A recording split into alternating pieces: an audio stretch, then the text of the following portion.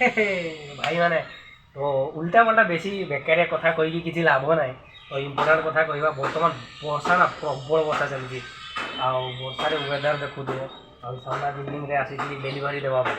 ତ ଡେଲିଭରି ଦେଲା ପରେ ମୋତେ ଗୋଟେ କଥା ମୋର ମୁଣ୍ଡରେ ଚିନ୍ତା ଆସିଲା ଯେ ମୁଁ ନା ସେୟାର କରିବି ବୋଲି।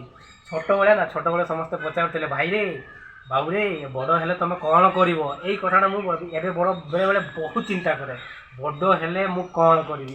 ମୁଁ ସେତେବେଳେ ଚିନ୍ତା କରିପାରୁନଥିଲି ଭାଇ ବଡ଼ ହେଲେ ମୁଁ କ'ଣ କରିବି? ବଡ଼ ହେଲେ କେତେବେଳେ କହୁଥିଲେ ସାଙ୍ଗମାନେ କହୁଥିଲେ ବଡ଼ ହେଲେ ତୁ କ'ଣ କରିବୁ? କହିଦେ ଡକ୍ଟର କରିବି, କିଏ କହିଦେ ଇଞ୍ଜିନିୟର କରିବି, କିଏ କହିଦେ ମାଷ୍ଟର କରିବି। ମୁଁ ସେତେବେଳେ ଭାବି ପାରୁନଥିଲି ଡକ୍ଟର କେମିତି ହୁଅନ୍ତି, ଇଞ୍ଜିନିୟର କେମିତି ହୁଅନ୍ତି, ମୁଁ ତ ଜାଣି ହିଁ ନଥିଲି ଭାଇ।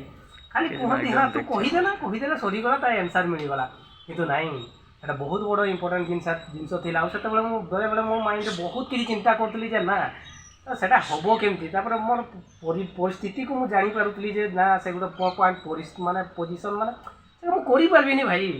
ତାପରେ ସେଇ କଥାଟା ବର୍ତ୍ତମାନ ମୁଁ ଚିନ୍ତା କରୁଛି ଯେ ନାଇଁ, ମୁଁ ସେତେବେଳେ ମୋ ମନରେ ଯେଉଁଟା ଥିଲା ଆକ୍ଚୁଆଲି ସେଇଟା ହିଁ ହେଲା ଯେ ନା ମୁଁ ସେସବୁ କିଛି କରିପାରିବିନି। କେଉଁଠି ଥିଲି ଆଉ କେମିତି କେଉଁ ପୋଜିସନ୍କୁ ମୁଁ ପହଞ୍ଚିଲି। ଆଉ ଏଇ ପୋଜିସନ୍କୁ ପହଞ୍ଚିବା ପାଇଁ ମାନେ ହାଲାତକୁ ଆଉ ପରିସ୍ଥିତିକୁ ମୁକାବିଲା କରିବା, ସେଇଟା ହିଁ ମୋ ପାଇଁ ବହୁତ ବଡ଼ ଷ୍ଟ୍ରଗଲ୍ ଥିଲା। ଆଉ ବର୍ତ୍ତମାନ ବି ଅଛି। କେଉଁଠି କେମିତି କ'ଣ କାମ କରୁଛି ଦେଖୁନ, ଏଇ ତ ହେଲା ଜୀବନ। ଆଉ କେତେବେଳେ କମ୍ପାନୀରେ କାମ କରୁଛି, କେତେବେଳେ କେଉଁଠି କାମ କରୁଛି, କେତେବେଳେ ଭାଇ ବୁରା କ'ଣ ସବୁ କରିଛି। 50 କିଲୋ ବାଲା ଏଇଠି ସବୁ ବୁହା ବୁହି କରି ବି କାମ କରିଛି। ଗୋଟେ ବର୍ତ୍ତମାନ ଚାଲିଛି ଏଇ ତ ଜୀବନ। ଆଉ ଡେଲିଭରି ଜୋମାଟୋ ଇଜ୍ ଲାଇଫ୍। ତାପରେ ଏଇ ସବୁ ଘଟଣା। ଆଉ ତ ସେଇଥିପାଇଁ ମୋର ଗୋଟେ କଥା ଚିନ୍ତା ଲାଗେ ଭାଇ, ଛୋଟବେଳେ ଯେଉଁ କଥା ପଚାରୁଥିଲେ ଆକ୍ଚୁଆଲି ସେ ସବୁ ଯେତେ ପର୍ଯ୍ୟନ୍ତ ପିଲାର ମାଇଣ୍ଡରେ ମାନେ ଠିକ୍ ସେଟ୍ ନ ହେଇଛି ଯେ ଭାଇ ହଁ ଏଇଟା ଏଇ ଲାଇନ୍, ସେଇଟା ସେଇ ଲାଇନ୍, ତାପରେ ସେଇ ସବୁ ଗାଇଡ଼୍ ଦେବା ପାଇଁ ବି ଲୋକ ବହୁତ ଦରକାର, ହଁ କି ନାହିଁ?